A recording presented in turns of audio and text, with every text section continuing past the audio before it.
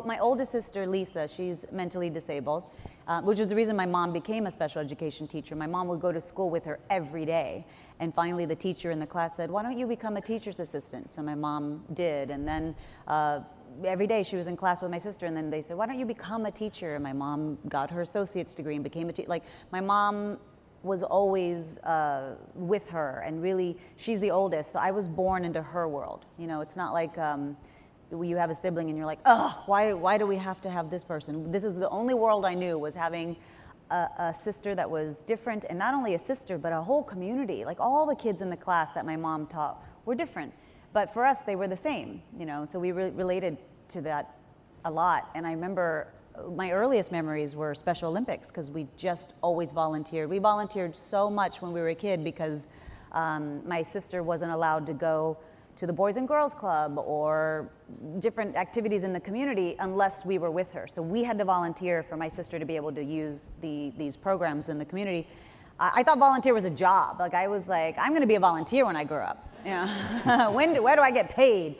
And so my mom instilled volunteerism in us very young, but it was my sister who really taught me about compassion and putting yourself in other people's shoes. And so one day, my sister was integrated into a high school, so that means, you know, she's with regular students, normal students, and she's special needs. And so we were always worried about bullying and people might be mean to her.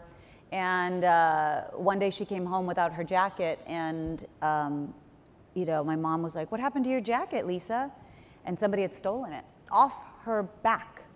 Somebody stole my sister's jacket. And I remember I was like 10, and I was so mad, and I was like, who would steal a special needs kid jacket off their back? And so I said, "Lisa, who stole your jacket?" And she said, "Somebody who must have been cold." She really thought that. There was no ill intention.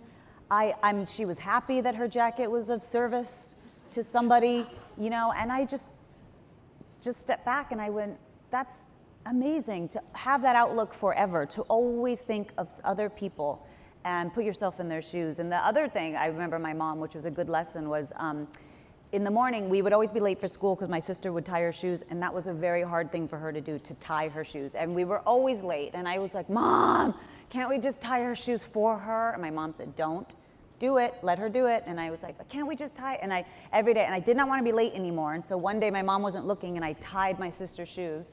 And she came back and she got so mad at me. She slapped my hand and she was like, "Don't ever take away that victory from her. That is her victory." And I was crying when I saw that story, because we have to understand how hard it is sometimes, and when people are different, but you have to allow them to have that victory as well. So she taught me, there's 100 things my sister taught me that I could go on forever, but please continue.